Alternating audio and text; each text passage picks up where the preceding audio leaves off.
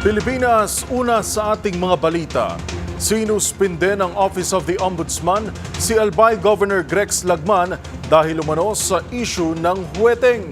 Depensa ni Lagman na walang legal basis ang preventive suspension na ito kaya lalaban siya at umaasa na makakamit din niya ang hustisya.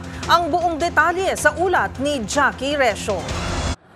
Sinuspinde ng Office of the Ombudsman si Albay Governor Grex Lagman dahil umano sa huweteng. Sa kanyang Facebook post, inanunsyo ni Lagman na natanggap na niya ang preventive suspension order mula sa Ombudsman ngayong araw.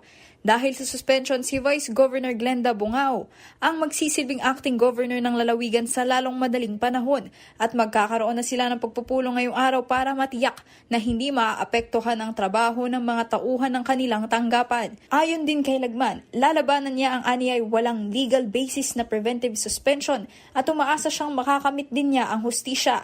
Bagamat hindi nabanggit ng gobernador sa kanyang Facebook post ang dahilan ng pagsuspindi sa kanya, matatandaan na isang Alwin Nimo ay naghain ng kaso laban kay Lagman sa Ombudsman dahil sa pagtanggap nito ng higit 8 milyong payola mula sa huweteng noong Pebrero ngayong taon. Ayon kay Nimo, mula 2019 hanggang 2022 ay binigyan umano niya ng 60,000 pesos na payola kada linggo. Si Lagman na noon ay vice-gobernador pa lamang ng lalawigan. Para sa MBC TV Network News, ito si Jackie Resio. Una sa Pilipinas, una sa Pilipino.